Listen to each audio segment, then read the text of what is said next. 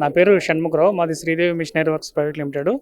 నేను బేస్గా మెయిన్గా రైతులకు సంబంధించిన మిషనరీ చేస్తుంటాను.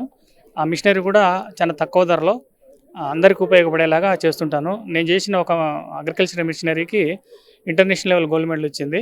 అంతేకాకుండా నేను చదివింది 10వ తరగతి. ఈ 10వ తరగతి అర్హతతో నేను ఐఐటీలో రీసెర్చ్ చేసే అవకాశం నాకు దక్కింది. ఇది ఇండియాలో ఫస్ట్ పర్సన్ నేను 10వ తరగతి బేస్తోనే ఐఐటీలో రీసెర్చ్ చేయగలిగిన దానికి. అంతేకాకుండా నేను చేసిన చాలా వాటికి ఒక 8 ఇన్నోవేషన్లు చేశాను. అన్ని అగ్రికల్చర్ సంబంధించినవి. అన్నిటికీ అవార్డు వచ్చింది. అందులో ఇంకొక దానికి రాష్ట్రపతి అవార్డు దాకా కూడా వెళ్ళింది త్రూ ఎన్ఐఎఫ్ ద్వారా. 2020లో నాకు అది నాకు చెప్పారు. కానీ అప్పుడు లాక్డౌన్ కావడం వల్ల అది రాలేదు. కానీ ప్రైజ్ మనీ అయితే పంపించారు. నేను ఇప్పటికీ ఇంకా కొత్త ఇన్నోవేషన్ చేసుకుంటూ మార్కెట్లోకి వెళ్తున్నాను.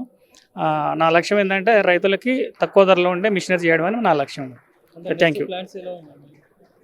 రైతులకి తక్కువ ధరలో, అసలు ఊహించని తక్కువ ధరలో తయారు చేసి రైతులకి ఇచ్చి వాళ్ళ ఇబ్బందుల్ని అధిగమించేలాగా చేయడం మా నెక్స్ట్ ప్లాన్. ఇప్పుడు ఆల్రెడీ చేస్తున్న ఒక 3 మిషన్లు చేశాను ఆల్రెడీ. మార్కెట్లోకి ఇప్పుడే తీసుకొస్తున్నాను. అంతేకాకుండా ఇప్పుడు ఇంకొకటి వరల్డ్లో ఇంకెంతో ఎక్కడ లేనిది ఒక మిషన్ కూడా తయారు చేస్తున్నా. అది కూడా 90% అయిపోయింది. ఈ సీజన్కి దాన్ని తీసుకురావాలని ప్లాన్లో ఉన్నాను.